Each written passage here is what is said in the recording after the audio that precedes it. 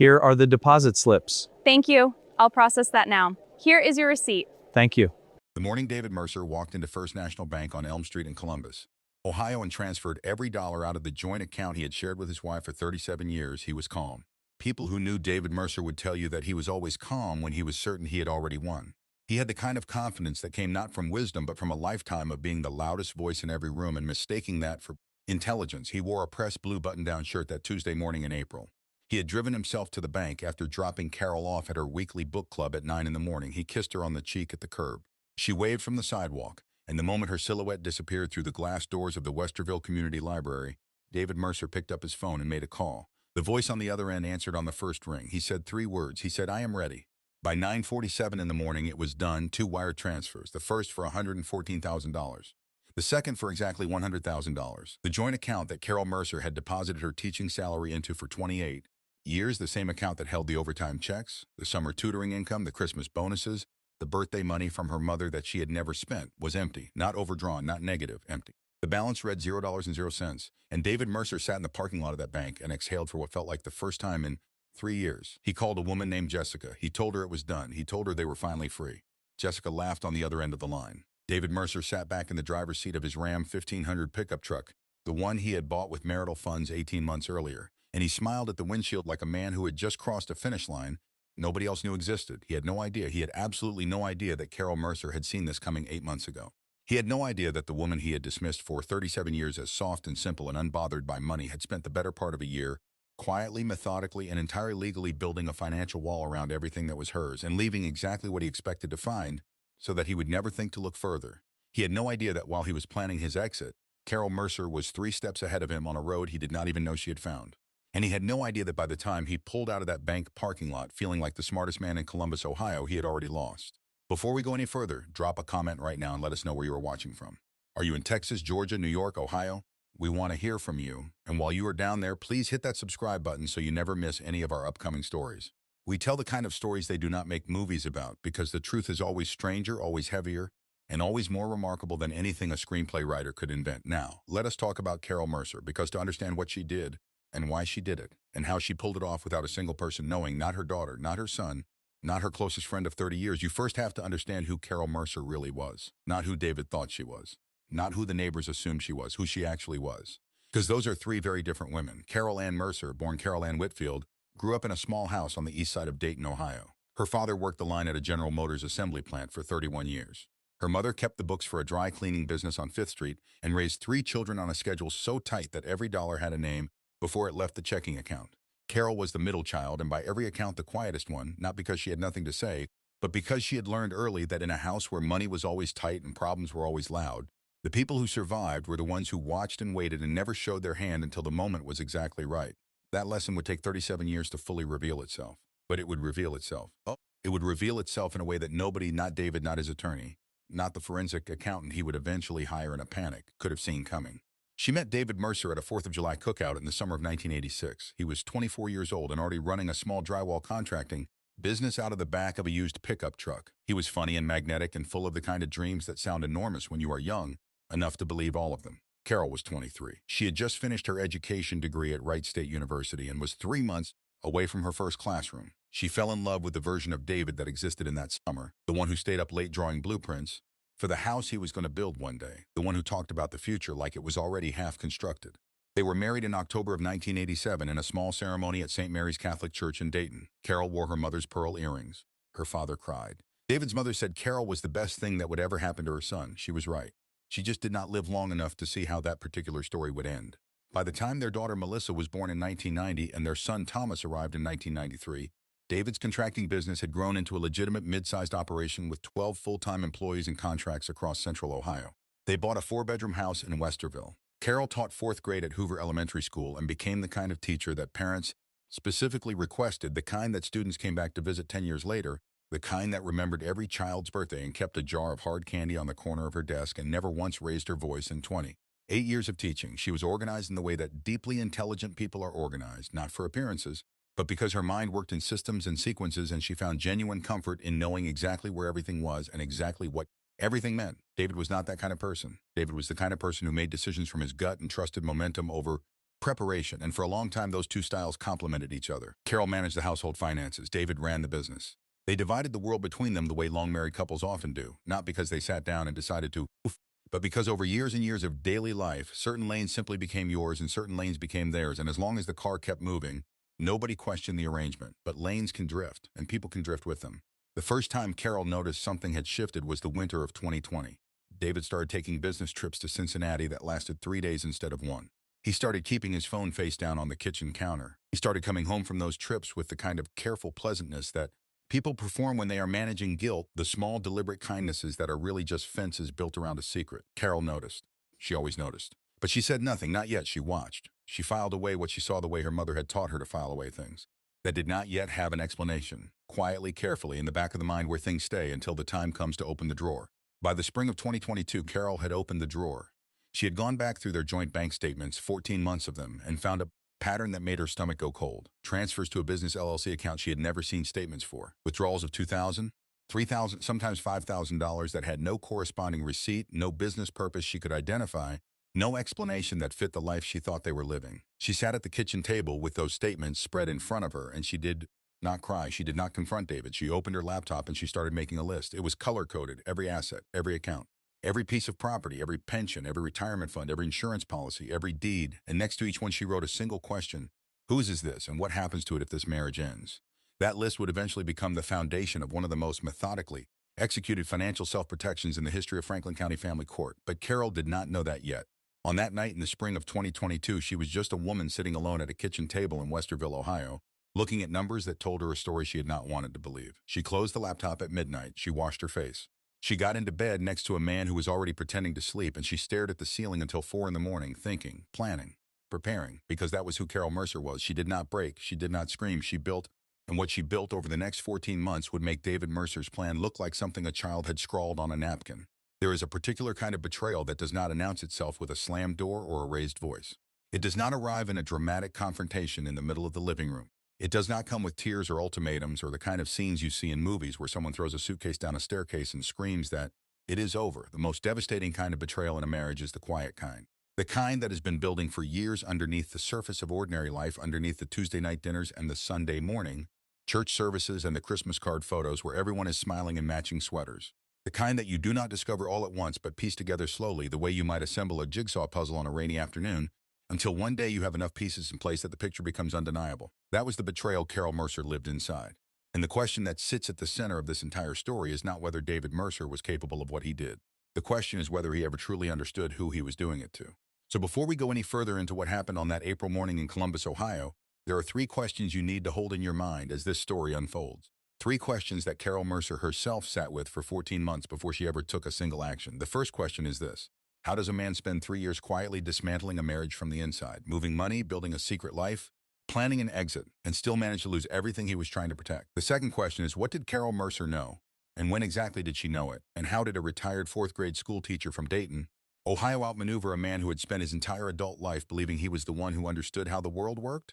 And the third question, the one that will stay with you long after this story is over, is this: how many marriages in America right now have a David Mercer in them? How many households have one person managing all the financial decisions, making all the transfers, controlling all the accounts, while the other person simply trusts that the life they are living is the life that actually exists? Because what happened to Carol Mercer is not as rare as you might want it to be.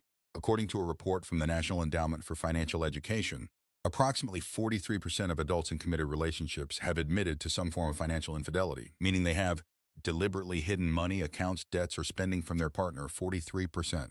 That is nearly half of all couples in America carrying a financial secret that the other person does not know about. Research published by NBC News found that approximately 7.2 million Americans have hidden a bank or credit card account from a in spouse or partner, and of that number, 4.4 million of them are men. This is not a story about one bad man in Columbus, Ohio. This is a story about a pattern that plays out in living rooms and bank lobbies and family court hallways all across this country every single day. David Mercer is not an anomaly. He is a case study. And Carol Mercer is not a miracle. She is a warning. She is what happens when the person being underestimated has been quietly paying attention for longer than anyone realized. Now let us set the stage properly, because a story like this one does not make sense without context. You need to understand the world these two people built together before you can understand how completely David tried to burn it down, and how Carol had already fireproofed the most important parts of it before he ever struck the match. David Mercer was 61 years old in the spring of 2023. He had built Mercer Construction and Contracting into a business that at its peak employed 22 people and held contracts with commercial developers across Franklin, Delaware, and Licking counties in central Ohio. He drove a Ram 1500 pickup truck. He belonged to the Westerville Rotary Club. He had coached youth baseball in the 1990s and still had the trophy photos on a shelf in his home office. He was the kind of man other men liked without examining too closely. Big handshake, easy laugh, always the first to pick up a bar tab. The kind of man who made you feel, in his presence, like everything was going to work out fine. David had spent his whole life being that man. And that man had never once been seriously challenged by the woman sleeping beside him. At least that is what David believed. Carol Mercer was 59 years old that same spring. She had retired from Hoover Elementary School 18 months earlier after 28 years in the fourth grade classroom. Former students and their parents spoke about her in the specific way people speak about teachers who changed the direction of a life, with a kind of reverence that is quieter than fame but far more durable. She was 5 feet 4 inches tall and had the kind of stillness about her that people sometimes mistake for passivity. Her colleagues would later describe her the same way, almost word for word, each of them using some version of the same phrase. Carol never forgot anything. Not a birthday, not a detail, not a number, not a name. She remembered the first and last name of every student she had ever taught. She remembered what they had struggled with and what had finally clicked for them and what their home situations had been like and which ones she had stayed after school for. She carried people in her memory the way most people carry keys, automatically, without effort, and always exactly where she needed them. That was Carol Mercer, and David had spent 37 years interpreting her silence as contentment and her patience as ignorance. He was about to discover exactly how wrong he had been on both counts. There is also a third person in this story. Her name is Jessica Hartwell. She was 34 years old in 2023, which made her 27 years younger than David Mercer. She worked as an office manager for a property management company in Dublin, Ohio, a suburb of where the houses are newer and the zip codes carry weight. She had met David in the fall of 2021 at a contractor's industry dinner. David had been charming in the way that men with money and momentum can be charming to someone who does not yet know the full architecture of who. He told Jessica that his marriage had been over for years. He told her that he and Carol were more like roommates than partners. He told her that he had stayed for the kids, both of whom were now adults with families of their own, and that he was finally at 60 years old, ready to live the life he actually wanted. Jessica believed him. Or she believed enough of him to make the choice she made. And that choice would cost her far more than she ever expected, though not in the way you might assume. We will get to Jessica. We will get to all of it. But first you need to understand exactly how David built his plan, and exactly how Carol dismantled it before he ever set it in motion. Because here is the thing about men like David Mercer, and this is important, so stay with me here. Men like David Mercer do not think of themselves as villains. They do not sit in dark rooms twisting their hands together plotting destruction. They construct elaborate internal narratives in which they are the ones who have been wronged, the ones who have been trapped, the ones who have sacrificed and suffered and are finally bravely choosing themselves. David had been telling himself a story for 3 years in which Carol was the problem, the cold wife, the emotionally unavailable partner, the woman who had let the marriage go dry and then acted surprised when he looked elsewhere. He had kept a private journal, handwritten in a green leather notebook he stored in the locked drawer of his office desk, in which he documented what he called the failure of the marriage. He wrote entries about Carol's emotional distance. He wrote about feeling unseen and unappreciated. He wrote about what he described as years of loneliness inside a house that should have felt like a home. His attorney would later advise him that this journal could be useful in divorce proceedings to establish the breakdown of the marriage. What David's attorney did not tell him, what David did not consider in any of those green notebook pages, was that Carol had her own record. And Carol's record had receipts. Let that sit for just a moment. Because what is coming next, the full picture of how David Mercer spent 3 years, building what he believed was an airtight exit strategy, and how Carol Mercer spent 14 months taking it apart piece by piece without him ever knowing she had found it, is the kind of story that makes you rethink every assumption you have ever held about who is paying attention in a long marriage and who is not. It is the kind of story that will make you want to call someone you love and ask them a question you have been putting off. It is the kind of story that does not have a clean moral, because real life does not deal in clean morals, it deals in choices. And the choices David Mercer made, starting in the winter of 2020 and ending in a bank parking lot on a Tuesday morning in April of 2023, set in motion a sequence of consequences so precise and so complete that by the time he understood what had happened, there was nothing left to undo. To understand a marriage, you have to go back to before it was a marriage. You have to go back to two separate people who existed before they found each other and decided, in the way young people decide enormous things, that the rest of their lives would make more sense together than apart. You have to go back to who they each were when the world was still wide open, and the choices had not yet narrowed down into the particular shape of one life shared under one roof. Because the seeds of what happened in Columbus, Ohio in the spring of 2023 were not planted in 2020 when David started taking those extra long trips to Cincinnati. They were not planted in 2021 when he met Jessica Hartwell at that industry dinner in Dublin. They were planted decades earlier, in the separate childhoods of two people from Dayton, Ohio, who were shaped by completely different lessons about what money means and what trust costs and what it looks like when someone you love decides that you no longer matter enough to be honest with. David Allen Mercer was born in 1962 in Dayton, Ohio, the oldest of three boys raised by a father who ran a small plumbing supply business and a mother who worked part-time at a department store on Salem Avenue. The Mercer household was not poor, but it was aware of itself in relation to the people around it who had more. David's father, Gerald Mercer, was a proud man in the way that men of that generation in working-class Ohio were proud, with his chin up and his feelings down and a deep, unspoken belief that a man's worth was measured in what he could build and what he could provide and what he could control.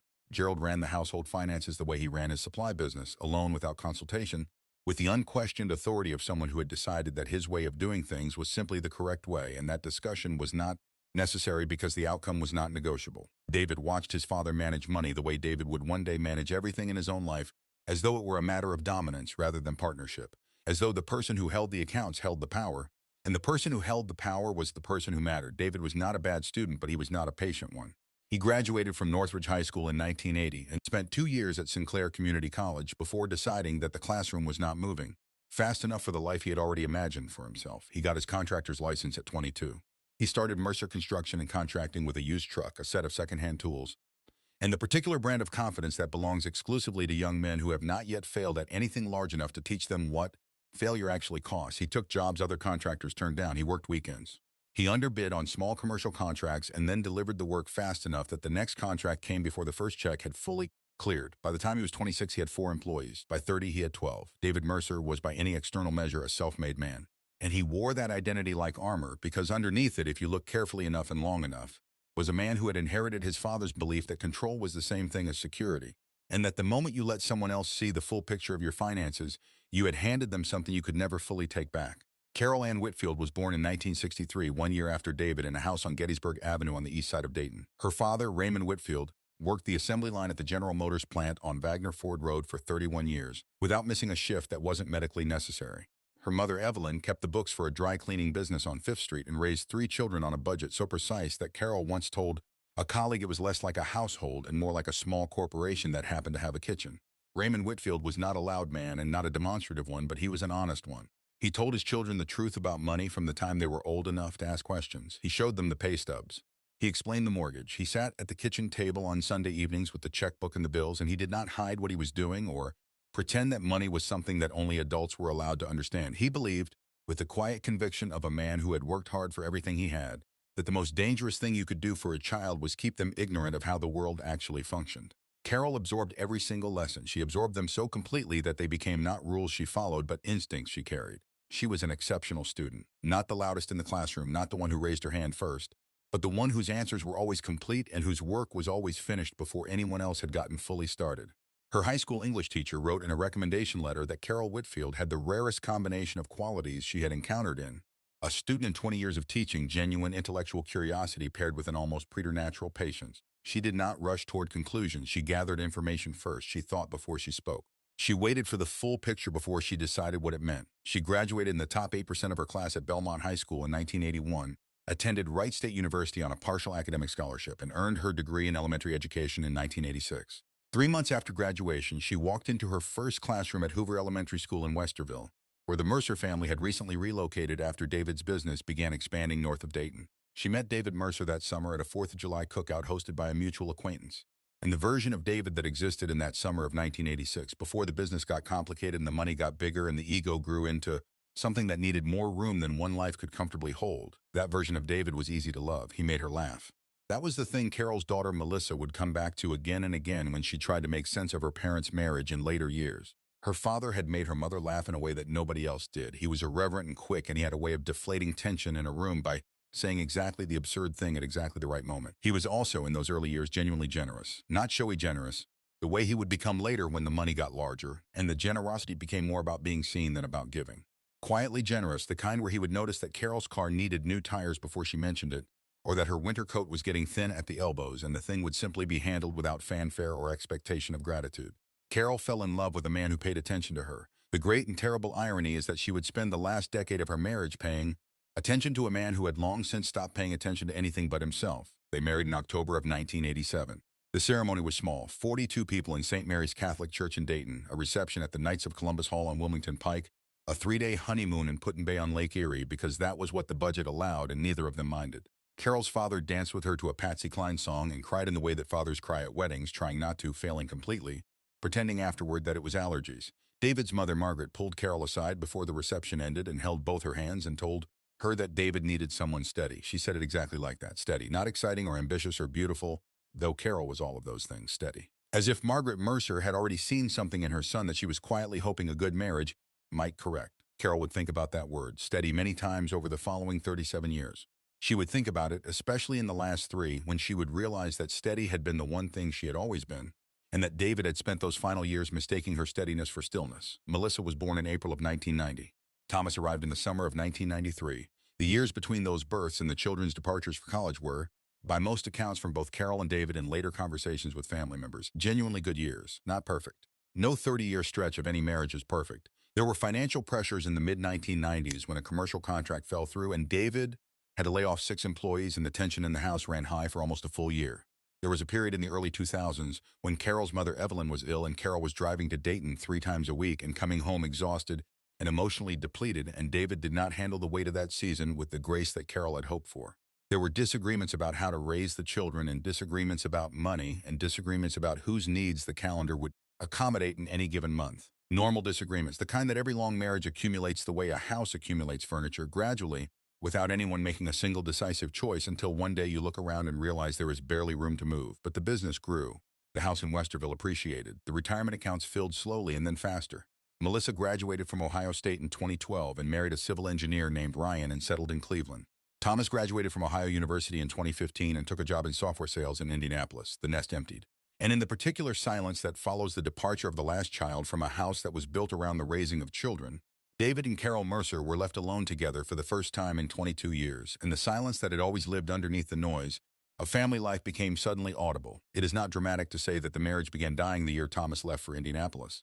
It is simply true. Not because of any single event, not because of a fight or a revelation or a specific moment of rupture, but because the 2 people sitting in that 4-bedroom house in Westerville in the fall of 2015 had spent the better part of 2 decades being parents first and partners second, and when the parenting was done, they discovered that they had not maintained the partnership with enough care to. David threw himself into the business with a renewed energy that Carol initially read as positive. He was busy. He was purposeful. He was talking again about expanding into new counties and taking on larger commercial projects. What Carol did not know, and would not know for another 5 years, was that David was also throwing himself into something else entirely. Something that had nothing to do with construction contracts or commercial development. Something that had been building in him, quietly and selfishly, for longer than Carol had realized. The first business trip to Cincinnati that lasted 3 days instead of 1 was in November of 2020. Carol made a note of it, not in a journal. Carol did not keep journals because Carol kept everything in her memory, and her memory had never once failed her. She made a mental note the way her father had taught her to track things that did not yet make sense. Without alarm, without accusation, with simply the calm and steady acknowledgement that a data point had appeared that did not fit the existing pattern, and that data points that do not fit patterns are always worth watching. She watched. Through the winter of 2020 and into the spring of 2021, she watched. The trips became more frequent. The phone became more guarded. The careful pleasantness at the dinner table became more performed, the way an actor performs ease, with just enough effort that someone paying close attention can see the work beneath the surface. Carol was always paying close attention. She did not confront him. People who knew Carol Mercer would not have been surprised by this. Confrontation was not Carol's tool. Information was Carol's tool. She had learned in 28 years of teaching 4th grade that the moment you confront a child who is hiding something, they close. They go silent and defensive, and you lose access to whatever truth they were on the verge of revealing. But if you simply watch and wait and let them believe that you have not noticed, the truth finds its own way to the surface. Children do not hold secrets well under the steady gaze of someone who loves them and is paying attention. As it turned out, neither did David Mercer. By the summer of 2021, Carol had enough data points to begin constructing the picture. By the fall, she was fairly certain the picture had another woman in it. By Christmas of 2021, she was certain. And on a cold Thursday evening in December of that year, while David was at what he described as a Rotary Club dinner that ran late, Carol sat at the kitchen table with a yellow legal pad and wrote down every question she would need answered before she made a single move. Then she picked up her phone, not to call her daughter, not to call her closest friend. She called a family law attorney named Linda Haas, whose name she had found in a legal directory 3 weeks earlier and whose client reviews had used the same word 4 different times: thorough. Carol Mercer had begun to build her exit. And she was going to build it the way her father had taught her to build anything important, carefully, completely, and without a single wasted move. There is a particular kind of planning that only becomes visible in hindsight, the kind that leaves no noise, no trace, no moment that anyone looking on from the outside would identify as significant. It does not look like planning while it is happening. It looks like ordinary life. It looks like a woman going to her weekly book club on Tuesday mornings and making dinner on Thursday evenings and attending the 11 o'clock service at St. Mary's on Sunday mornings and calling her daughter in Cleveland on Saturday afternoons while the laundry ran. It looks like nothing at all, and that is precisely what makes it so complete. Because while David Mercer spent the better part of 3 years building what he believed was an airtight plan to walk away from his marriage with the financial upper hand, Carol Mercer spent 14 months doing something far more disciplined and far more dangerous to his interests. She spent 14 months becoming in absolute silence the most prepared woman in any room she walked into. And the first room she walked into was Linda Haas's law office on North High Street in Columbus on a Thursday afternoon in December of 2021, while David was at a Rotary Club dinner that both of them knew he was not actually attending. Linda Haas had been practicing family law in Franklin County for 19 years. She was not the kind of attorney who appeared on billboards or ran television commercials during the evening news. She was the kind of attorney whose name traveled quietly between women who had been through difficult divorces and come out the other side with their dignity and their finances intact. Her office was on the 4th floor of a building that also housed an accounting firm and a dental practice, and her waiting room had 2 chairs and a small table with a water pitcher and no magazines, because Linda Haas believed that the women who came to see her did not need distraction. They needed to think. When Carol walked in that December afternoon, Linda later recalled she was carrying a leather portfolio and she sat down across the desk and she said before Linda had finished introducing herself, "I am not here because I am angry. I am here because I need to understand exactly what I am entitled to and exactly how much time I have to protect it." Linda Haas would later tell a colleague that in 19 years of family law, she had seen every variety of client that a difficult marriage could produce, the devastated ones, the furious ones, the confused ones, the ones in denial. Carol Mercer was the first client she had ever met who arrived at their initial consultation with a spreadsheet. The spreadsheet was 4 pages long. Carol had printed it on plain white paper and organized it into 5 columns: asset type, account or property description, current estimated value, legal classification, and a final column she had titled question mark, which contained every item she had not yet been able to fully verify or classify on her own. There were 11 items in the question mark column. Every single one of them related to David's business accounts or the LLC he had established 3 years earlier, which he had described to Carol at the time as a tax efficiency structure recommended by his accountant. Carol had nodded when he told her that. She had filed it in the back of her mind under things that do not yet have a full explanation, and then she had waited, because Carol Mercer had the patience of someone who understood that time spent gathering information is never time wasted. Linda Haas looked at the spreadsheet for a long moment. Then she looked up at Carol and said, "Tell me about the LLC." And Carol told her everything she knew and everything she suspected and everything she had observed over the previous 14 months that had not yet resolved itself into certainty but was pointing in a direction she could no longer ignore. Linda referred Carol that same week to a financial advisor named Patricia Ossie, who operated a practice specializing in divorce financial planning out of an office in Worthington, just north of Columbus. Patricia had a credential called Certified Divorce Financial Analyst, which meant that her entire professional focus was on helping people understand the financial architecture of their marriages before, during, and after the process of ending them. She had been doing this work for 22 years. She had seen hidden accounts and secret LLCs and offshore transfers and cryptocurrency wallets and all the various instruments that people who are planning to financially betray their partners use to make marital assets disappear before a court can look at them. She had also seen the other side of the equation, the spouse who does not hide anything but who moves legally and methodically to protect what is theirs before the other person can make it vanish. When Carol Mercer walked into Patricia's office in January of 2022 with the same 4-page spreadsheet she had brought to Linda Haas, Patricia looked at it for considerably longer than Linda had. Then she said, "You have done more preparation for this meeting than most of my clients do in the first 3 months of working with me," Carol said. "I am a 4th grade teacher. I have been preparing lessons for 28 years. You learn to do the work before the class begins." Patricia Ossie smiled. She said, "Then let us get to work." What followed over the next 14 months was not dramatic.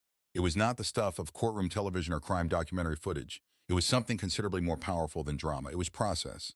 Methodical, legal, thoroughly documented process, executed with the kind of patience and precision that Carol Mercer had been practicing her entire life without knowing exactly what she was practicing it for. In January of 2022, with Patricia's guidance and Linda's legal oversight, Carol began the first phase of what they privately referred to in their meetings as the protection plan. The first step was inventory, a complete and verified accounting of every marital asset, cross-referenced against tax returns going back 7 years, bank statements going back 4 years, and property records going back to the purchase of the Westerville house in 1991. Patricia brought in a forensic accountant named Gerald Sutton to assist with the business valuation side, specifically to examine the LLC and the transfers that had been flowing into it over the previous 36 months.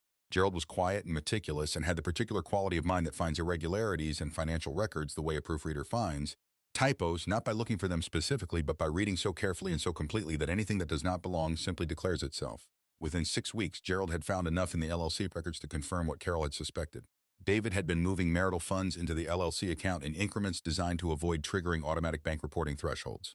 The transfers ranged from $4,000 to $9,500 and had been occurring on an irregular schedule, never twice. In the same month, never in a pattern predictable enough to draw casual attention. Over 36 months, the total amount transferred was $340,000. Carol received that number on a Wednesday afternoon in February of 2022. She was sitting in Patricia's office when Gerald presented it. She did not gasp. She did not cry. She wrote the number down on the legal pad she always brought to these meetings, drew a circle around it, and said, "What are our options?"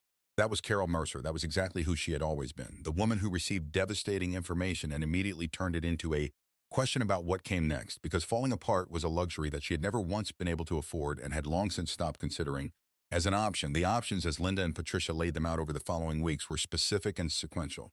The first was to do nothing that could be legally construed as hiding or misappropriating assets, because Carol's position in any eventual divorce proceeding would depend entirely on her own conduct being beyond reproach. Every move she made had to be legal, documented, filed correctly, and defensible in court. This was not a negotiable condition. It was the foundation of the entire plan. The second option, and the one they began executing in February of 2022, was to ensure that the assets Carol was legally entitled to protect under Ohio law were properly structured and filed before any divorce proceedings began. This is where the specifics matter, and they matter enormously. So stay with me here, because this is the part of the story that most people never fully understand, and it is the part that made all the difference. Under Ohio law, a pension earned during a marriage is considered a marital asset subject to division in divorce proceedings. However, the way that pension is structured and classified at the time of divorce filing can significantly affect how it is treated by the court. Carol had been contributing to the state teachers' retirement system of Ohio for 28 years. Her pension was substantial, one of the most significant assets in the marriage, though David had never paid much attention to it because it did not have a balance he could see in a bank account, and it was not connected to any account he had access to. In February of 2022, with Linda's guidance, Carol filed the necessary documentation to establish her pension as a protected individual account under the provisions available to her as a retired educator. The filing was entirely above board. It was recorded. It was dated. It was legal. David had access to this information if he had ever thought to look for it. He never thought to look for it because David Mercer had spent 37 years assuming that anything bearing Carol's name was too small to worry about. In March of 2022, Patricia recommended the next step, the restructuring of a joint investment account that Carol and David had opened in 2004 and had been contributing to irregularly ever since. The account held approximately $187,000 in mutual funds and index positions. Under Ohio's equitable distribution law, Carol was entitled to her share of this account regardless of how the divorce ultimately played out. But the manner in which that share was structured could affect both its tax treatment and its accessibility during proceedings. Patricia walked Carol through the process of initiating a spousal IRA rollover for her portion, a legal mechanism that allowed Carol's share investment account to be moved into a protected retirement vehicle in her name alone, with full documentation, full disclosure, and a paper trail so clean and so complete that no forensic accountant hired by David's eventual legal team would find a single thing to question. The rollover was completed in April of 2022. It was filed, it was reported, it was, as Linda Haas would later say in court, about as hidden as a billboard on I-71. By the summer of 2022, the protection plan was approximately 60% complete. The pension was secured.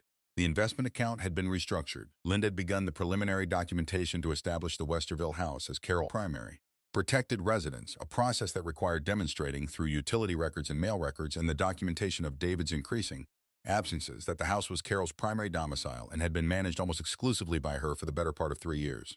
This was not difficult to establish because it was simply true. David had been spending so much time away in Cincinnati and Dublin at job sites that Carol later learned were not job sites, that the paper trail of his absence wrote itself. Every utility bill in Carol's name. Every home repair receipt paid from Carol's personal account. Every piece of correspondence addressed to the Westerville house that David had quietly redirected to a post office box in Gahanna that Carol had not known about until Gerald Sutton found it in the records. That post office box, incidentally, contained 18 months of financial statements for 2 accounts that David had never mentioned to Carol. When Gerald reported that finding, Carol added it to her legal pad, drew a circle around it, and said, "What do we do with this?" Linda Haas said. "We save it." Carol said. "For how long?" Linda said. "Until he gives us the opportunity to use it." The opportunity came sooner than any of them had anticipated. In October 2022, David Mercer did something that suggested his own timeline was accelerating. He transferred $42,000 from the LLC account into a personal checking account that Carol had not previously known existed. Account opened at a credit union in Reynoldsburg in the summer of 2021. The transfer was large enough and recent enough that Gerald's monitoring of the financial records flagged it within 2 weeks. Linda called Carol. She said, "He is moving faster." Carol said, "Then so are we." The final elements of the protection plan were completed between October of 2022 and February of 2023. The house documentation was finalized. The pension filing was confirmed. The IRA rollover was fully settled. Carol's personal savings account, the one she had maintained since 2001, funded by tutoring income and the small amounts she had quietly set aside from her teaching salary every month for 22 years, the account David did not know about, not because it was hidden, but simply because he had never once asked, was reviewed by Gerald and confirmed to be entirely separate property under Ohio law, since a significant portion of it predated certain marital financial decisions and had been consistently funded from Carol's individual income. And then Carol did something that would later become the detail that everyone who heard this story remembered above all others. She left the joint account alone. She did not touch it, did not reduce it, did not restructure it or move a single dollar out of it. She left it exactly as it was, sitting at $214,000, fully accessible, prominently displayed on any financial statement David or his attorney might examine. She left it there like furniture in a room you are about to renovate, the thing that draws the eye, the thing that says this is what there is, the thing that makes you stop looking for what is behind the walls. David would see that account balance and see a target. He would see $214,000 and think, that is what she has, that is all she has, and he would never look further because David Mercer had spent 37 years not looking further when it came to Carol, and old habits are the last things to go. In March of 2023, Linda Haas called Carol and said, "We are ready." Carol said, "I know." Linda said, "You want to file first?" Carol said, "No." Linda said, "Are you sure?" And Carol was quiet for a moment, the way she was always quiet before she said something she had been thinking about for a very long time. Then she said, "Let him file. Let him think it was his idea. Let him walk into that bank and feel like he won something. And then let the court see exactly what he walked away with." Linda Haas did not say anything for a moment. Then she said, "Carol, in 19 years of family law, I have had exactly 3 clients who understood the process well enough to do what you just described." Carol said, "My father always told me that the best move is the one the other person does not recognize as a move until it is already over." David Mercer filed for divorce on the morning of April 11, 2023. He had the papers served to Carol by a process server at the Westerville Community Library, slipped into an envelope left at the front desk with her name on it. Carol collected the envelope at 12:15 in the afternoon, after book club had ended, after she had laughed with her friends about a novel they had all found irritating, after she had driven home through the familiar streets of Westerville with the windows down because the April air was soft and clean and smelled like cut grass and something just beginning. She sat at the kitchen table and opened the envelope and read the divorce petition in full. Then she set it down on the table beside her coffee cup. She picked up her phone. She called Patricia Ossie. Patricia answered and said, "I saw the notification from the court system." Carol said, "It is done on our end too?" Patricia said, "Everything is exactly where it needs to be." Carol said, "Good." She ended the call. She sat at the kitchen table for a long moment in the quiet of the house she had managed alone for the better part of 3 years. Then she got up, rinsed her coffee cup, and began making lunch. In the bank parking lot across town, David Mercer was still smiling. He would not be smiling for much longer. There is a moment in every poorly constructed plan when the architect of that plan first begins to sense that something is wrong. It does not arrive as a single revelation. It does not come with a phone call or a document or a conversation that makes everything suddenly clear. It arrives as a feeling, a low creeping unease that settles somewhere between the stomach and the chest and refuses to be reasoned away, no matter how many times you tell yourself that everything is going according to plan. For David Mercer, that feeling arrived on a Thursday morning in late April of 2023, approximately 2 weeks after he had filed for divorce and emptied the joint account and driven away from First National Bank, feeling like a man who had finally, at 61 years old, taken his life back. He was sitting in the office of his divorce attorney, a Franklin County family law practitioner named Robert Callahan, going over the initial asset inventory that Callahan's paralegal had assembled from the financial documents David had provided. Callahan was a methodical man with reading glasses he wore pushed down to the end of his nose and a habit of tapping his pen against his legal pad when something in a document was not adding up the way he expected it to. He was tapping his pen. He had been tapping it for several minutes. David asked him what was wrong. Callahan set the pen down and looked at David over the top of his glasses and said, "Where's the rest of it?" David said, "The rest of what?" Callahan said, "The rest of Carol's assets." David looked at the inventory sheet in front of him and said, "That is all of it. The joint account, the house, the 2 retirement accounts, her pension, that is everything." Callahan tapped his pen again. He said, "David, her pension alone should be worth considerably more in a marital division than what this preliminary valuation is showing. And these retirement accounts, the investment account you mentioned, the mutual funds you said she had been contributing to since 2004, I am not seeing a current balance here that reflects what 18 years of contributions should look like." David said, "What do you mean?" Callahan said, "I mean that either the numbers you gave me are incomplete or something has been moved." David said nothing for a moment. Then he said, "Carol would not know how to move anything. She was a school teacher. She let me handle all of that." Robert Callahan looked at his client for a long moment with the particular expression that experienced attorneys wear when they understand something about a situation that their client has not yet been willing to understand about themselves. He said, "David, I am going to need you to get me every financial statement you have access to, every account, every asset, every property record, everything. And I am going to need you to be very honest with me about whether there is anything in your own financial picture that Carol's attorney might find during discovery that we need to get ahead of."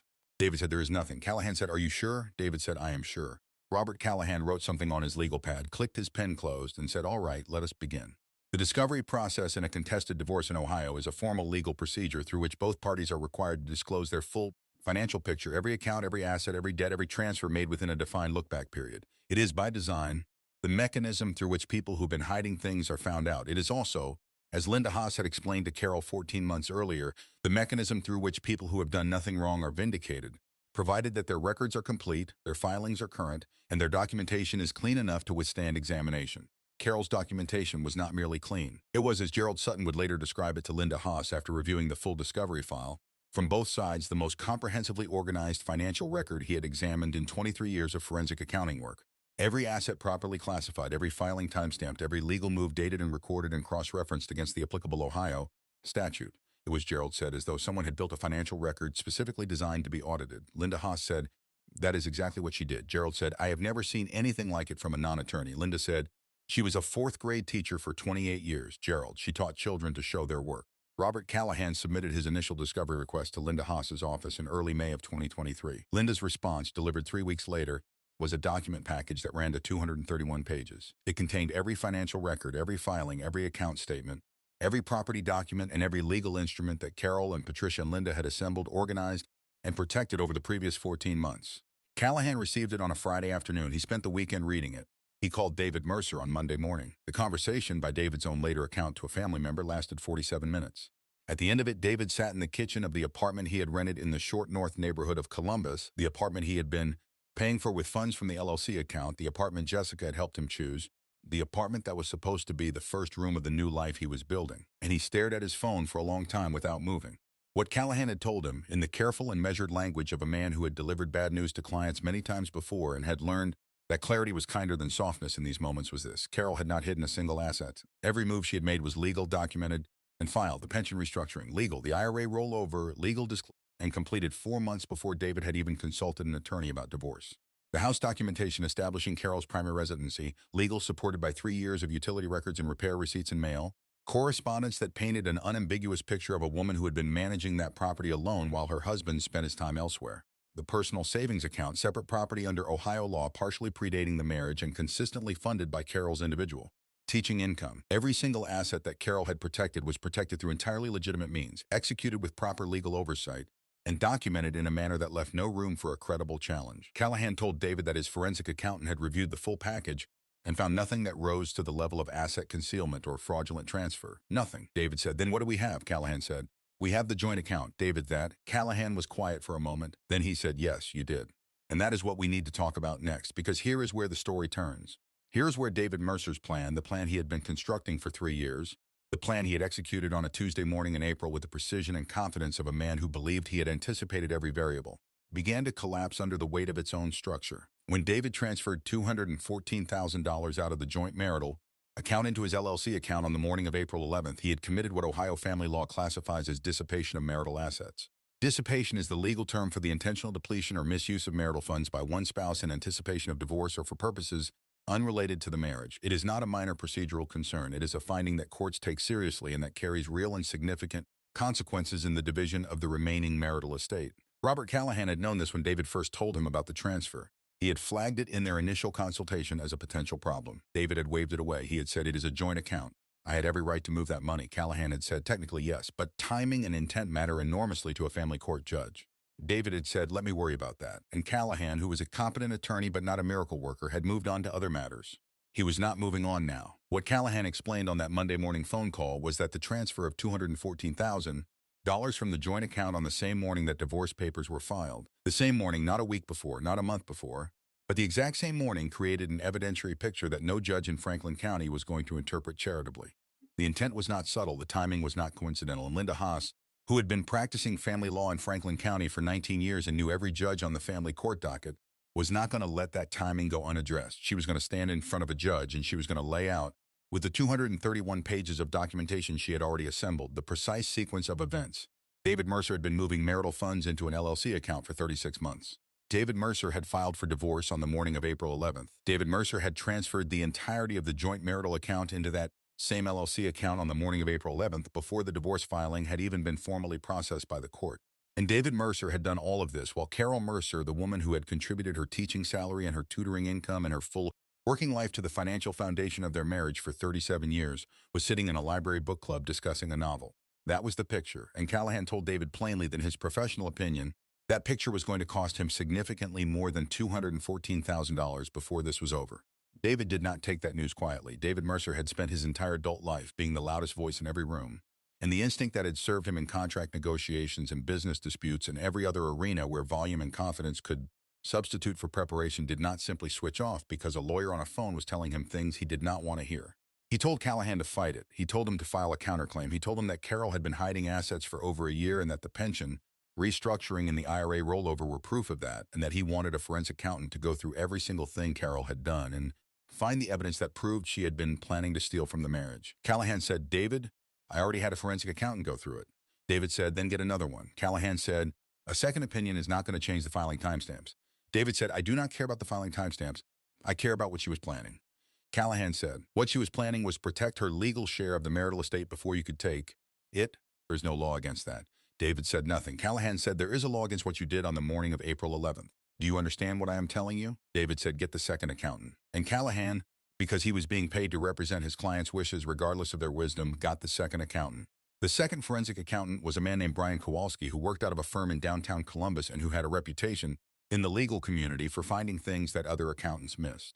He was thorough and he was expensive, and he took 6 weeks to complete his review of Carol's financial records. At the end of those 6 weeks, he submitted a report to Robert Callahan that reached the same conclusion Gerald Sutton had reached 6 weeks earlier. Carol Mercer had not hidden a single dollar. Every asset was properly disclosed, properly classified, and properly protected through legal instruments executed with documented oversight. Brian Kowalski billed Callahan's client $14,000 for this conclusion. David paid the invoice without comment.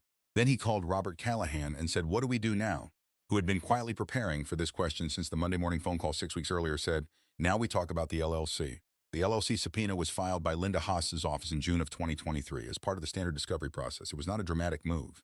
It was not a surprise. It was the entirely predictable legal consequence of David having used an LLC account as the destination for both his long-term asset transfers and the April 11th joint account drain, thereby making that LLC account a central artifact in the financial dispute before the court. Callahan had warned David that the subpoena was coming. David had said he understood. What David had apparently not fully considered was what the LLC records would show once they were in the hands of Linda Haas and Gerald Sutton and ultimately the court. What they showed, laid out across 36 months of transaction records and bank statements and wire transfer confirmations, was $340,000 of marital funds moved out of the joint financial picture in increments carefully sized to avoid automatic reporting flags. It showed a pattern that Gerald Sutton described in his formal report to the court as consistent with intentional, systematic dissipation of marital assets over an extended period. It showed, in other words, exactly what Carol had known it would show from the moment she first looked at those bank statements on a spring evening in 2022 and drew a circle around the number $340,000 on her yellow legal pad. The DA's office notification came in July. Linda Haas, as an officer of the court and consistent with her legal obligations, had flagged the LLC transfer pattern to the Franklin County Prosecutor's Office as potentially meeting that threshold for criminal financial misconduct. This was not a guaranteed prosecution. It was not an automatic criminal charge. It was a referral, the legal mechanism through which a family court attorney who uncovers evidence of potentially criminal financial behavior is required to ensure that the appropriate authorities are aware of it. Whether the prosecutor's office would choose to pursue criminal charges was a separate question that would take months to resolve. But the referral itself was now part of the public record, and public records, in the age of online court filing systems and local news aggregators and the particular human appetite for stories about people who believed they had gotten away with something, have a way of finding an audience. It was a court reporter at the Columbus Dispatch named Angela Torres who first picked up the story in late July of 2023. She was not looking for it specifically. She was reviewing the weekly family court filings, which she did every Thursday as part of her beat coverage, and the combination of the dissipation finding, the LLC subpoena, and the DA referral in a single case caught her attention in the way that stories catch the attention of experienced reporters. Not because any single element was sensational, but because the combination of elements told a story that was larger and more human than any of its individual parts. She filed a brief item in the court records section of the Dispatch. The item ran on a Saturday. By Monday morning, it had been shared on 3 local Facebook community groups, 2 next-door neighborhood forums, and a Reddit thread dedicated to Ohio legal news.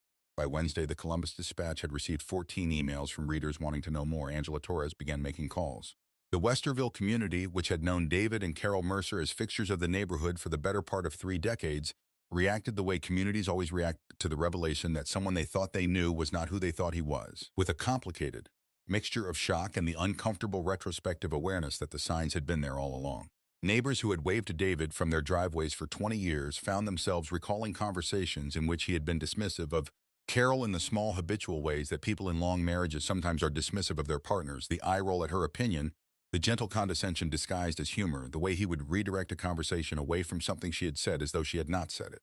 Those small moments which had registered at the time as nothing more than the ordinary friction of a long marriage now assembled themselves in retrospect into a pattern that people found disturbing, precisely because it had been so ordinary, so visible, so completely unremarkable until it suddenly was not. David Mercer, for his part, had largely withdrawn from public life by the time the dispatch item ran. He was still living in the short north apartment. Jessica Hartwell had not yet made the decision that she was about to make, but the temperature between them had been dropping steadily since April.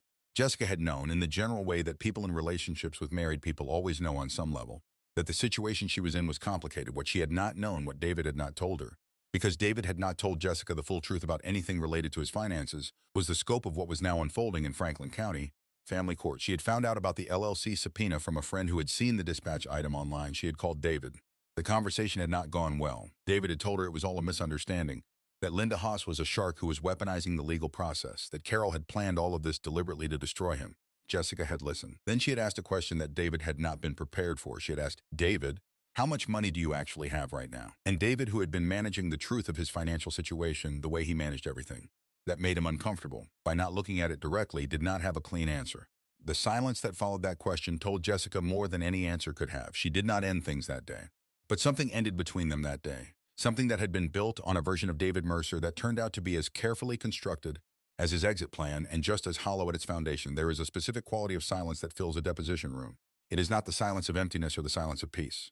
It is the silence of consequence, the particular stillness that descends when everyone in the room understands that the words being spoken are being recorded, that they will be read by a judge, that they cannot be taken back, and that the truth, whatever shape it turns out to hold, is about to assert itself, regardless of what anyone in that room would prefer.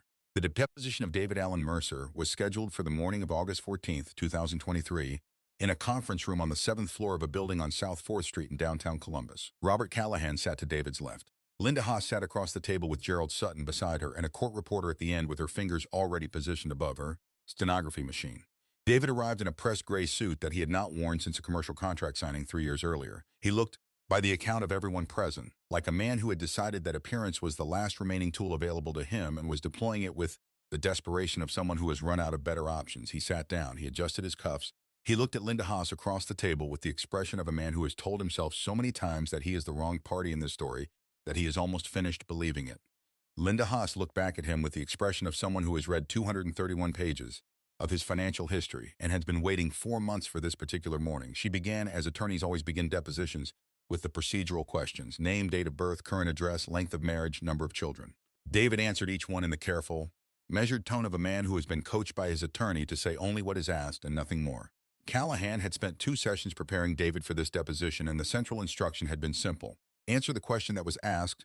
Do not elaborate, do not volunteer, do not explain anything that has not been specifically requested. David had nodded in both sessions and said he understood. He understood for approximately the first 11 minutes of the deposition. Then Linda Haas asked him about the joint account. She asked him to describe in his own words his understanding of the financial purpose of the joint checking account that he and Carol had maintained at First National Bank. David said it was their shared household account. Linda asked him who had primary responsibility for managing that account. David said they both did. Linda asked him when he had last reviewed the account balance prior to April 11th of 2023. David said he reviewed it regularly. Linda asked him to be more specific. David said he looked at it every month or so. Linda asked him whether he had discussed the account balance with Carol in the 60 days prior to April 11th. David said they discussed finances regularly. Linda asked him to describe one such discussion. David paused. Callahan said nothing. David said that they had a general understanding about household finances. Linda said, Mr. Mercer, I asked you to describe a specific conversation about the joint account balance that occurred in the 60 days before you transferred its entire contents into your LLC account on the morning you filed for divorce. David said, we had an understanding. Linda, was that understanding documented anywhere? David said, it was a marital understanding. Linda said, I see. She made a note. She moved on. The next 40 minutes covered the LLC. Linda walked David through the establishment of Mercer Construction LLC as a separate business entity, the date it was registered with the Ohio Secretary of State, the account it maintained at a credit union in Reynoldsburg, and the pattern of transfers from the joint marital account into that LLC account over the preceding 36 months.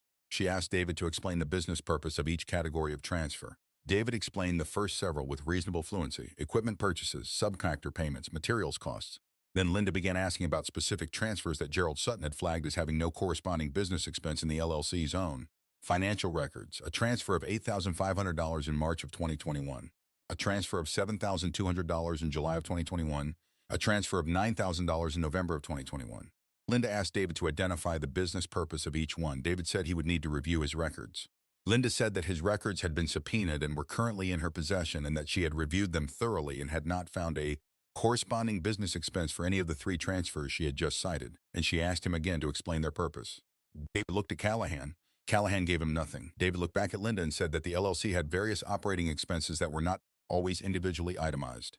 Linda, Mr. Mercer, are you familiar with the term dissipation of marital assets? Callahan objected to the form of the question. Linda rephrased it. She asked David whether he understood that transfers of marital funds into a separate business account for purposes unrelated to the marriage could be characterized as dissipation under Ohio family law. David said he was not a lawyer. Linda said no, but you have one sitting right next to you, and I imagine he has explained this to you. Callahan said, Linda. Linda said withdrawn. She made another note. She moved on. It was the journal that nobody in that room had expected Linda to produce that morning. Robert Callahan had known the journal existed. David had mentioned it during one of their early consultations as a record he had kept of the marriage's deterioration, and Callahan had initially seen it as a potential asset, a contemporaneous document establishing the breakdown of the relationship from David's perspective. What Callahan had not done, in the press of preparing for discovery and depositions in the LLC subpoena, was read the journal in its entirety. What Callahan had not done was ask David with the specific and pointed directness that the situation required whether there was anything in the journal that could be used against his client rather than for him. This was, as Callahan would later reflect in the privacy of his own thoughts, a significant oversight. Linda Haas had read the journal in its entirety. She had read it twice. She had tabbed it with yellow sticky notes at 14 specific entries. And she had requested it in discovery as a personal document maintained by David Mercer during the relevant period, and Callahan, who had initially intended to resist the request, had ultimately advised David to comply because resisting the production of a personal journal in a contested divorce proceeding tends to make judges curious about what is in it, and curious judges ask questions that are harder to manage than document requests. Linda placed the journal on the table in front of her.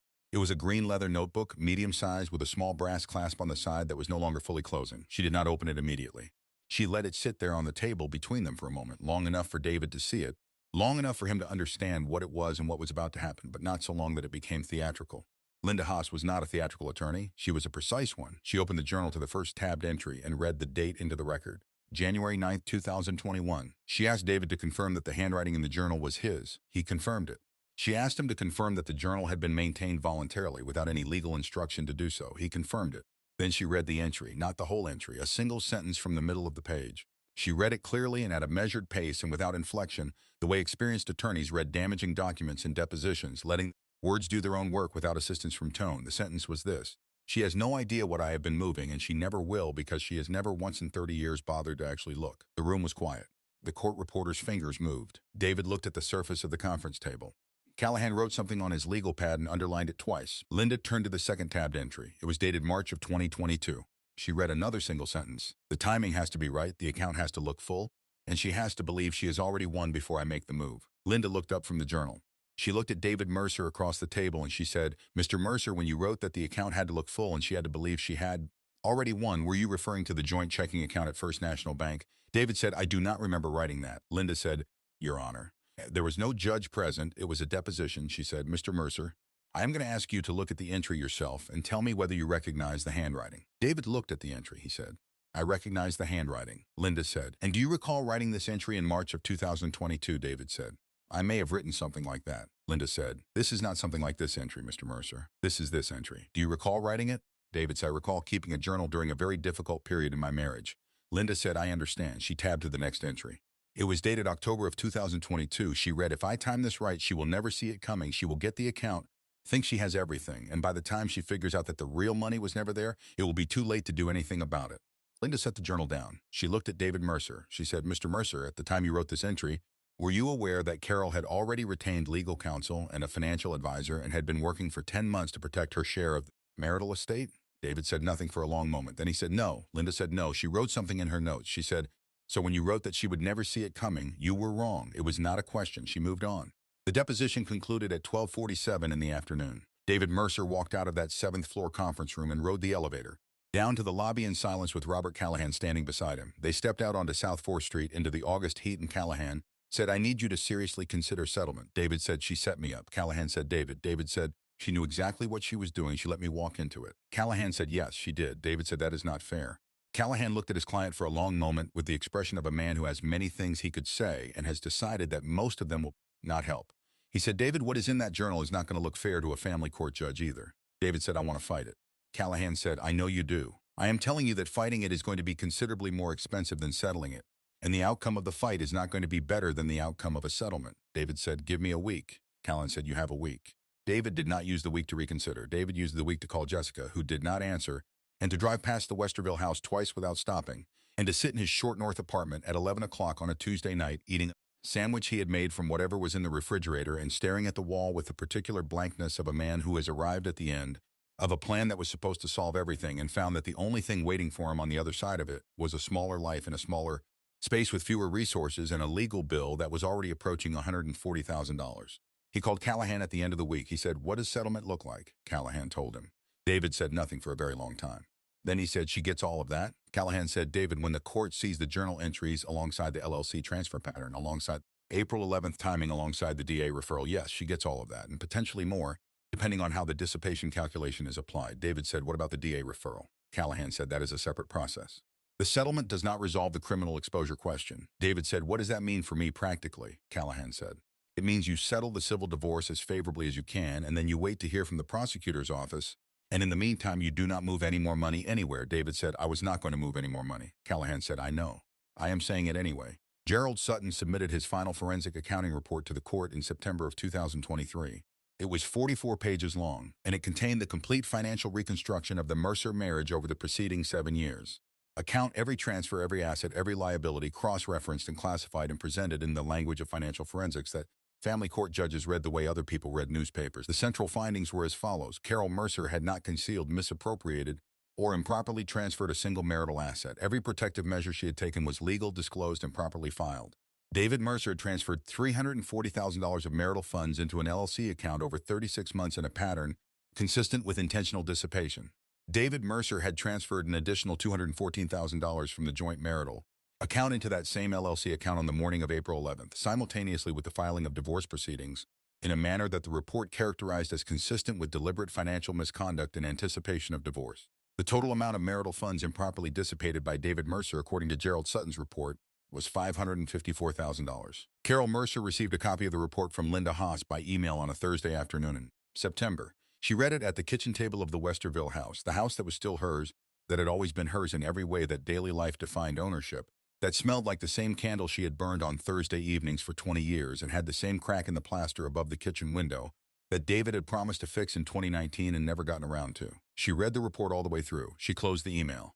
She called her daughter Melissa in Cleveland. Melissa answered on the second ring. Carol said, how are the kids? Melissa said, Mom. Carol said, I am fine. Melissa said, I know you are fine. I am asking how you are. Carol was quiet for a moment. Then she said, I am exactly where I expected to be. Melissa said, is that good? Carol said, it is accurate. Melissa laughed, because Carol's daughter knew her mother well enough to understand that accurate and good were for Carol Mercer largely the same thing. Jessica Hartwell had by September been out of contact with David for 6 weeks.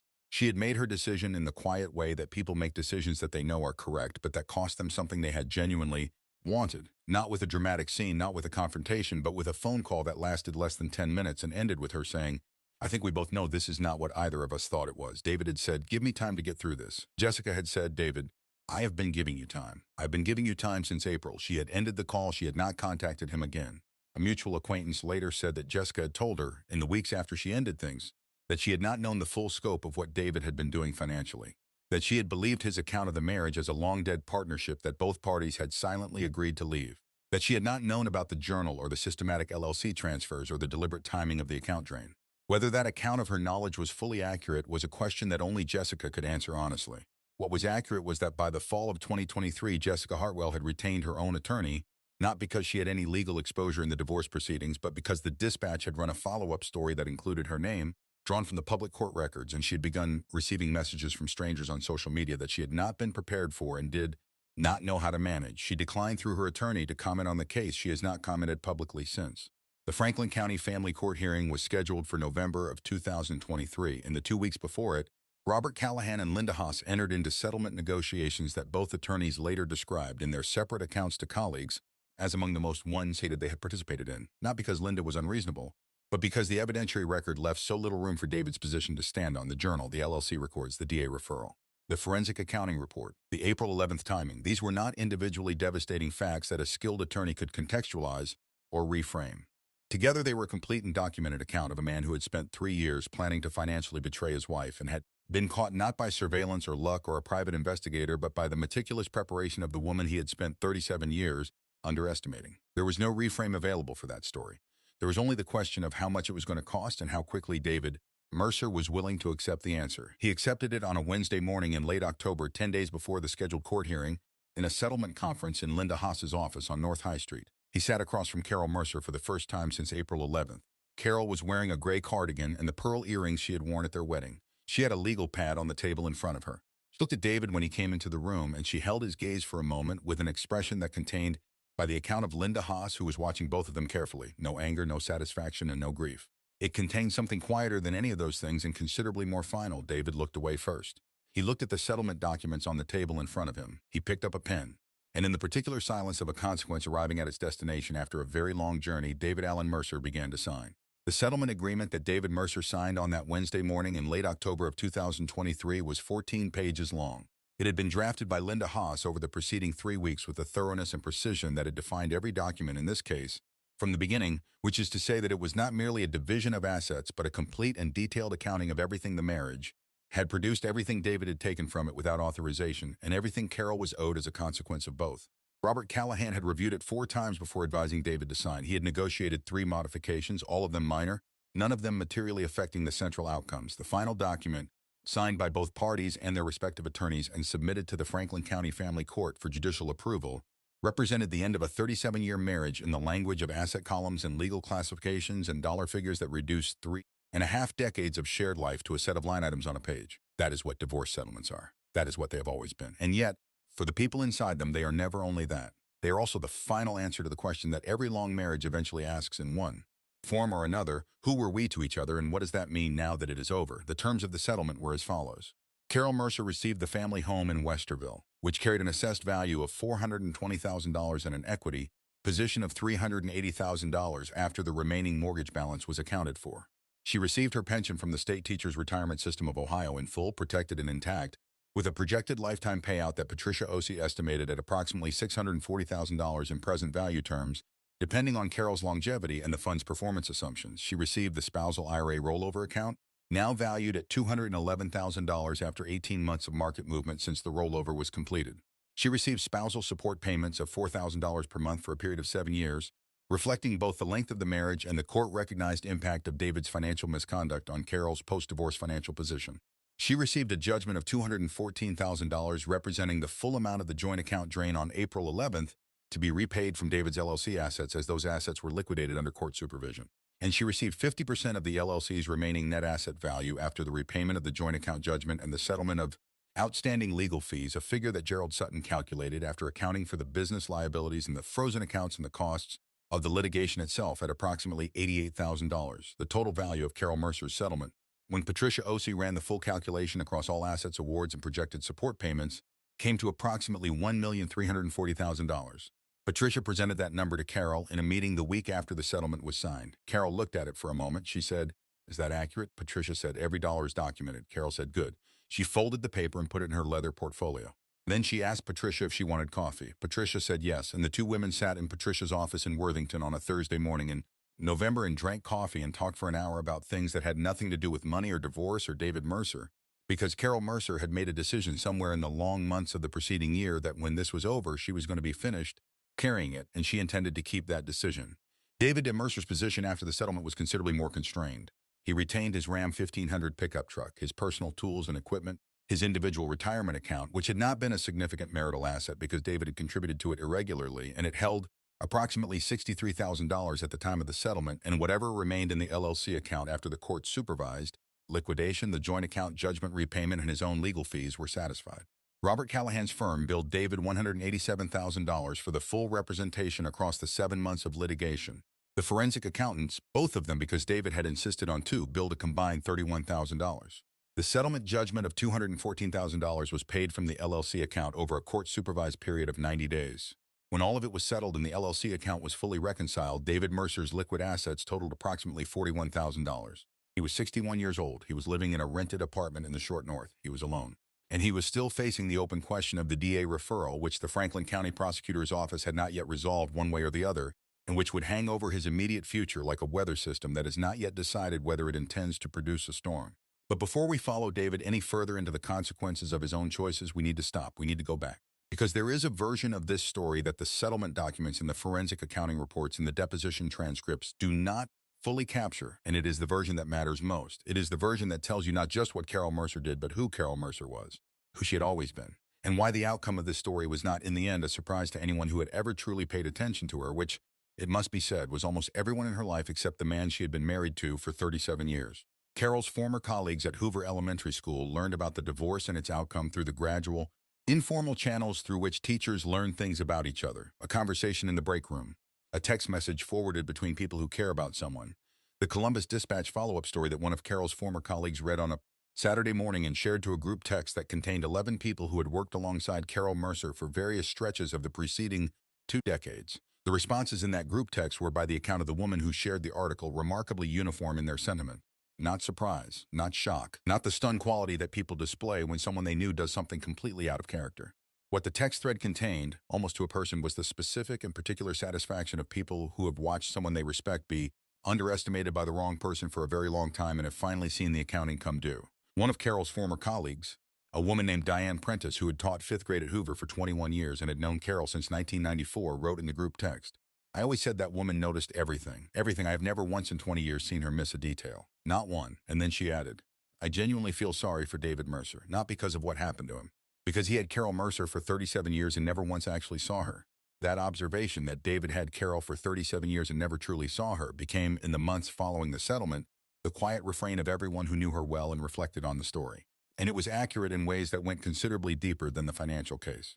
Because Carol Mercer's preparation for the end of her marriage was not an isolated act of strategic brilliance that appeared from nowhere in December of 2021 when she called Linda Haas. It was the expression of a set of qualities that Carol had been developing and deploying her entire life.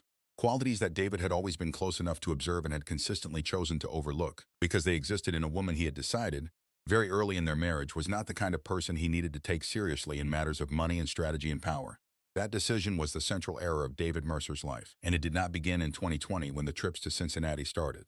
It began much earlier than that. It began, if you trace it carefully, in the first years of the marriage when David established the pattern of managing the household finances without consultation, and Carol, who understood the finances perfectly well and had her father's gift for numbers and systems, allowed David to believe that she did not. She allowed it not because she was passive or incapable, but because she had learned in her father's house that the person who appears not to be paying attention is always paying more attention than anyone realizes, and that the appearance of inattention is itself a kind of information, the most useful kind, because it is freely given by people who have no idea they are giving it. She had also, over the 22 years between 2001 and the end of the marriage, maintained the personal savings account that David did not know about. This fact, which Gerald Sutton had reviewed and confirmed as entirely legitimate separate property, deserves more consideration than the settlement documents give it. The account had been opened in March of 2001 at a small credit union on the east side of Columbus, funded initially by the income Carol earned from tutoring students after school and on weekends. She had never hidden this account in any legal sense. It was disclosed on their joint tax returns every year as interest income, listed under Carol's individual Social Security number, available in the public financial record of their marriage to anyone who looked carefully at the tax filings. David had signed those tax returns every year for 22 years. He had never asked about the interest income line. He had never looked at what it represented. He had never once in 22 years asked Carol whether she had a savings account of her own. The account, by the time of the divorce, held $104,000. $104,000 that Carol had accumulated over 22 years in amounts small enough that they were never individually remarkable, but consistent enough that compounded over 2 decades they had become something substantial, something real, something that was entirely hers. Patricia Ossie, who had reviewed that account in January of 2022 when Carol first brought her the spreadsheet, had asked Carol about it in their second meeting. She had asked, "Did you open this account because you were planning for the possibility of divorce?" Carol had considered the question carefully, the way she considered all questions that deserved a real answer rather than a convenient one.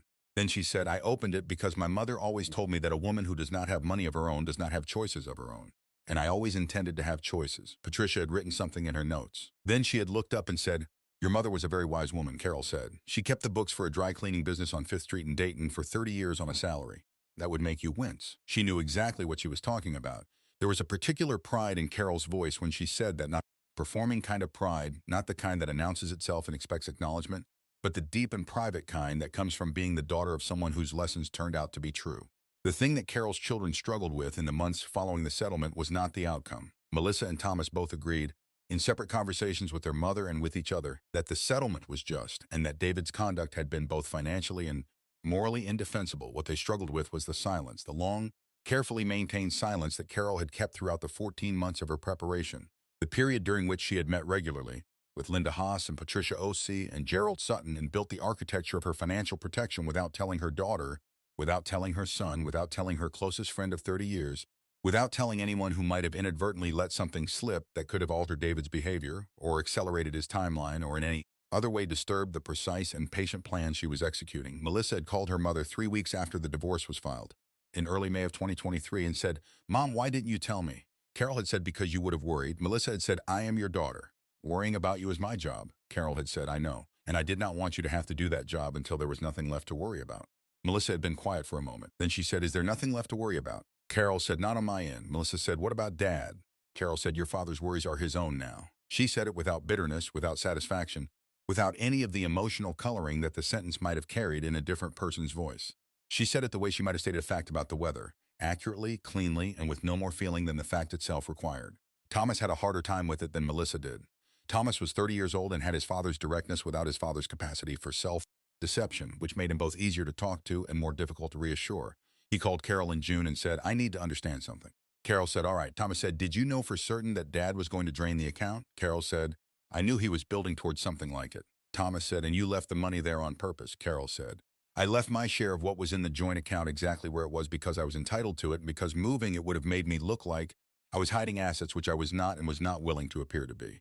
Thomas said, "But you knew he was going to take it." Carol said, "I suspected he would try." Thomas said, "And you let him." Carol was quiet for a moment. Then she said, "Thomas, your father spent 3 years building a plan to leave me with nothing. I spent 14 months making sure that plan could not succeed without also proving in court exactly what he had been doing." "Those are two different things." Thomas said, "It seems like the same thing." Carol said, "I know it does. Think about it a little longer." Thomas thought about it. He called her back 2 weeks later and said, "I think I understand now." Carol said, "Good." Thomas said, "It is still a lot to process." Carol said, "I know. Take your time." She said it the way she had said everything throughout the entirety of those 14 months, with patience, with clarity, and with the particular stillness of a woman who had already processed everything that needed processing and was simply waiting without anxiety for the people she loved to catch up. Now let us widen the frame, because Carol and David Mercer are two specific people from Westerville, Ohio, whose story played out in the Franklin County family court system between April and October of 2023. But the pattern their story represents is not specific to Westerville or to Ohio or to any particular geography or income level or professional background. It is a pattern that researchers and financial advisors and family law attorneys have been documenting and discussing for decades, and it is a pattern that has accelerated significantly in the past 30 years in ways that the numbers make very difficult to ignore. According to data from the Pew Research Center, the divorce rate among Americans age 50 and older has doubled since 1990. For Americans age 65 and older, that rate has tripled. Researchers at Bowling Green State University, who coined the term Gray Divorce Revolution in 2012, projected that by 2030 the number of Americans over 50 who divorce each year will have grown by an additional third on top of those already elevated numbers. We are, in other words, in the middle of a generational shift in the way long marriages end in this country, and the financial consequences of that shift fall with particular and documented severity on the spouse who is not managing the money. The Allianz Life Insurance Company published a study in 2025 finding that 56% of married Americans said a divorce would derail their financial retirement strategy entirely. 34% of already divorced Americans said their divorce had set their retirement plans back significantly. And research published across multiple financial planning journals has consistently found that after a gray divorce, a divorce among couples over 50, men statistically retain more than twice the wealth of their former spouse in the immediate post-divorce period, while women face a steeper and more prolonged financial recovery. These are not abstract statistics. These are the lived financial realities of people in the demographic that surrounds this story, people who built something over decades and then discovered in the particular silence of a long marriage coming apart that they did not have as clear a picture of what they had built as they believed they did. The National Endowment for Financial Education has reported that approximately 43% of adults in committed relationships have engaged in some form of financial infidelity, hiding accounts, concealing spending, misrepresenting assets. And NBC News has reported that approximately 4.4 million American men specifically have hidden a bank or credit card account in partner. 4.4 million, that is not a footnote, that is a pattern. What Carol Mercer did, and it is important to say this clearly and without overstatement, was not extraordinary in the sense of being beyond what is available to most people in her situation. What she did was educate herself, retain qualified professionals, understand her legal rights, document everything, and act within the law with a degree of patience and precision that most people find difficult to sustain under the emotional weight of a collapsing marriage. The extraordinary part was not the strategy. The extraordinary part was the execution, the ability to sit across the dinner table from a man who was planning to take everything she had built, to accept his kiss on the cheek on the morning he drove her to book club on his way to the bank, to maintain the ordinary surface of ordinary life for 14 months while quietly and methodically making sure that when he made his move, the most important pieces were already somewhere he could not reach them. That is not something a legal textbook teaches. That is something a life teaches. That is something a father who laid the bills on the kitchen table on Sunday evenings teaches without knowing he is teaching it. That is something 28 years of watching children learn and fail and try again and eventually understand. That is something all of that teaches in the accumulated and unhurried way that real knowledge accumulates over time in the mind of someone who has never stopped paying attention. There is one more thing to say about Carol Mercer before we close this chapter of her story. In the spring of 2024, approximately 6 months after the divorce settlement was finalized, Carol sold the Westerville house. She had lived in it for 32 years. She had raised 2 children in it. She had managed it alone for the better part of 3. She sold it for $438,000 to a young couple from Dublin who were expecting their first child and who fell in love with the yard and the kitchen and the crack above the kitchen window that Carol had left unrepaired, because by the time she decided to sell the house, she had stopped seeing it as a flaw and started seeing it as evidence of a life, imperfect and specific and entirely hers. She used a portion of the sale proceeds to purchase a smaller home in Asheville, North Carolina, in the Kenilworth neighborhood near the French Broad River, where the mountains hold the light differently than they do in Ohio, and the mornings are quiet in a way that Carol had not known she needed until she was inside one. She furnished it simply. She bought a new kitchen table. She burned the same candle she had always burned on Thursday evenings. She joined a book club that met on Tuesday mornings at a coffee shop on Lexington Avenue. She began volunteering at a nonprofit organization in Asheville called the Women's Financial Literacy Project, which offered free workshops and one-on-one coaching sessions to women of all ages and income levels on topics including budgeting, retirement planning, asset protection, and what to do if you suspect your spouse is hiding money. Carol taught a workshop for the organization called Know Your Numbers, which she offered twice monthly on Saturday mornings. The workshop was 3 hours long. It covered bank account structures, the difference between marital and separate property, the basics of pension and retirement account classification, and the specific legal instruments available to married women in most states for protecting their individual assets. The waiting list for the workshop by the fall of 2024 was 11 weeks long. Carol taught it the same way she had taught 4th grade for 28 years, clearly, patiently, without condescension, and with the specific and unshakable conviction that knowledge is not a luxury and preparation is not paranoia. It is simply what you do when you understand that the world does not wait for you to be ready, and the people who love you are not always the people you thought they were. David Mercer, as of the fall of 2024, was employed as a project manager for a mid-sized commercial construction firm based in Worthington, Ohio. He had dissolved Mercer Construction and Contracting LLC in the spring of 2024 following the completion of the court-supervised liquidation. He was renting a 2-bedroom apartment in Hilliard, a suburb on the west side of Columbus. The Franklin County Prosecutor's Office had declined to pursue criminal charges in the dissipation case, citing the civil settlement as having substantially addressed the financial harm and expressing the view that the evidentiary record, while damaging, did not meet the threshold required for a criminal prosecution under Ohio statute. Robert Callahan had delivered this news to David in February of 2024, and David had received it with the quiet relief of a man who has been waiting for a long time to find out how bad things were going to get and has just learned that they are not going to get worse than they already are. That is a specific and diminished kind of relief. It does not feel like winning. It feels like the end of a particular kind of losing. David had not spoken publicly about the case. He had not responded to the Columbus Dispatch's request for comment on the follow-up story Angela Torres filed in January of 2024. He had not, as far as anyone who knew him could confirm, been in contact with Jessica Hartwell since the fall of 2023. He attended his granddaughter's birthday party in Cleveland in March of 2024 at Melissa's house, because Melissa had decided after a long and difficult conversation with her brother and an even longer one with herself that her children deserved a grandfather, and that her role in this story was not to be a judge but to be a daughter to one parent and a mother to her own children, which required her to hold all of it at once without letting any single part of it collapse the rest.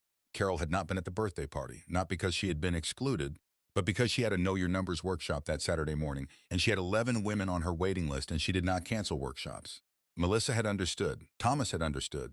David had sat in the corner of Melissa's living room with his granddaughter on his knee and looked at the photographs on the wall, family photographs from years he recognized, from vacations he remembered, from Christmases that had existed before all of this, and he had been quiet for most of the afternoon in the way that people are quiet when they are, sitting inside the ruins of something they built and are finally too late beginning to understand what they had. Jessica Hartwell declined, through her attorney, to comment publicly on any aspect of the case or her relationship with David Mercer. She has not commented since.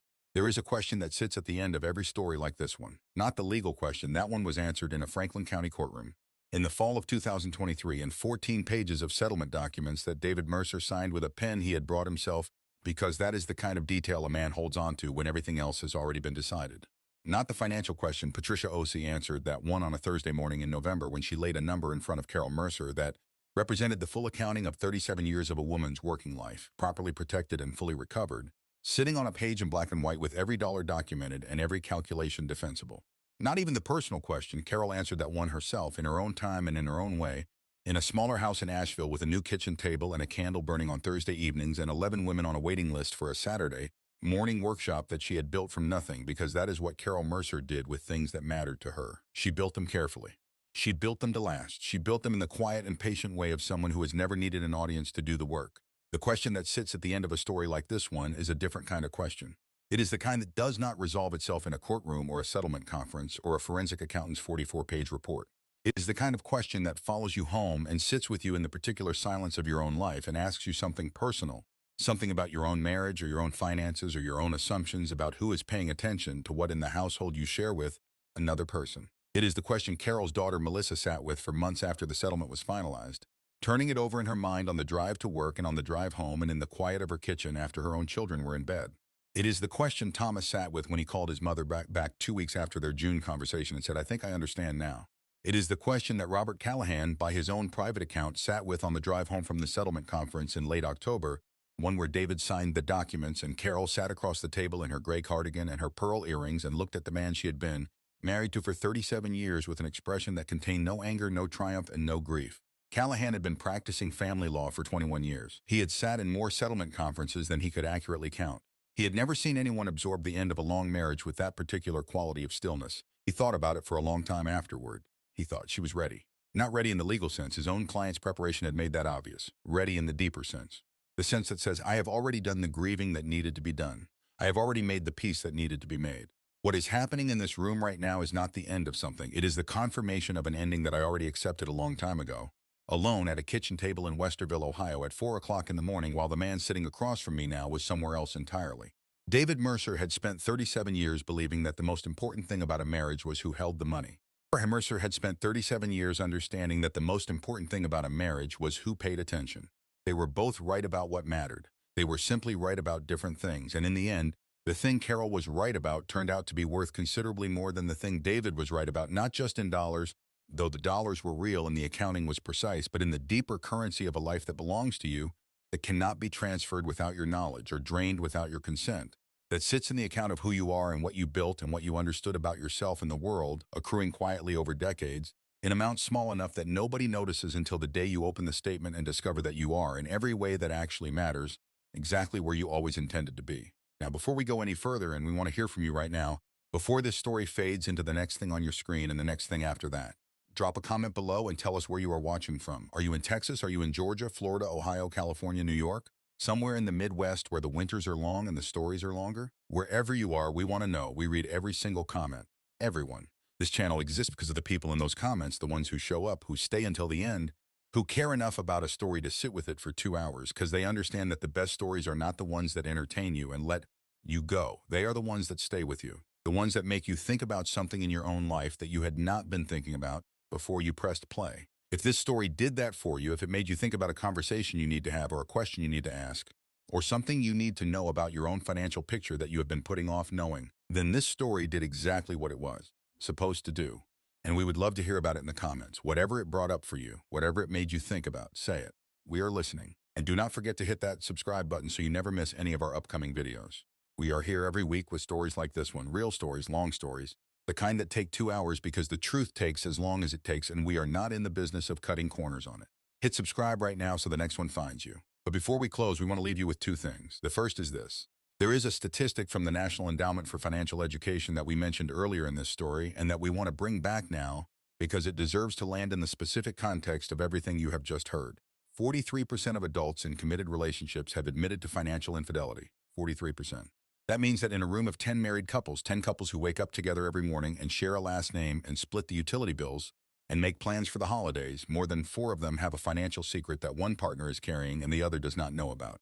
More than 4 out of 10. And the research is consistent on the direction of that asymmetry. Men are statistically more likely to be the ones holding the secret. Not always, not in every case, but often enough that the pattern has a name and a body of research and a generation of financial advisors and family law attorneys who have built entire practices around managing its consequences.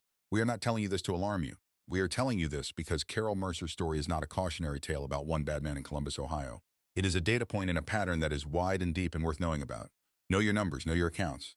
Know what is in your name and what is in your partner's name and what is in both your names and what the legal classification of each of those things means in the state where you live, not because you are planning for the worst, because you're planning for the rest of your life.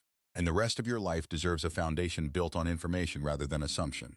The second thing we want to leave you with is Carol herself, not the legal Carol, not the strategic Carol, not the Carol who built a 4-page color-coded spreadsheet in December of 2021 and walked into a family law attorney's office and changed the entire trajectory of what was about to happen to her. The Carol who sat at a kitchen table in Asheville, North Carolina on a Tuesday morning in the fall of 2024, before her book club, before her Thursday workshop, before the 11 women on her waiting list, before all of it, and wrote a letter to her daughter. Melissa had asked her, in the weeks after the settlement, to write down what she would tell her younger self if she could.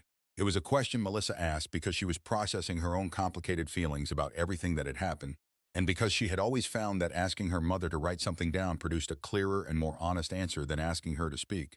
1. Carol took 3 weeks to write the letter. When she gave it to Melissa, it was 2 pages long, handwritten on plain white paper in the same careful, even script that her 4th-grade students had always found easier to read than any printed font.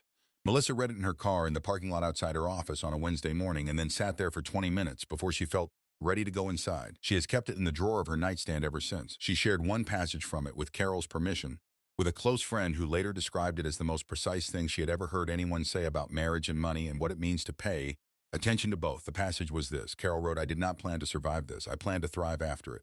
Those are not the same thing, and I want you to understand the difference, because understanding the difference is what made everything else possible. Surviving is reactive. It is what you do when something happens to you and you manage to get through it. Thriving is intentional. It is what you build before the thing happens, in the time you have, with the resources available to you, in the quiet that exists before the noise begins. I had quiet. I used it. That's the whole story. Everything else is just detail. That is the whole story. Everything else is just detail. We want to ask you one final question before you go, and we genuinely want you to answer it in the comments, because there is no right answer, and every perspective matters, and the conversation that happens in the comment section of a video like this one is part of why we do this work. Here's the question. Do you think Carol did the right thing by staying silent for 14 months?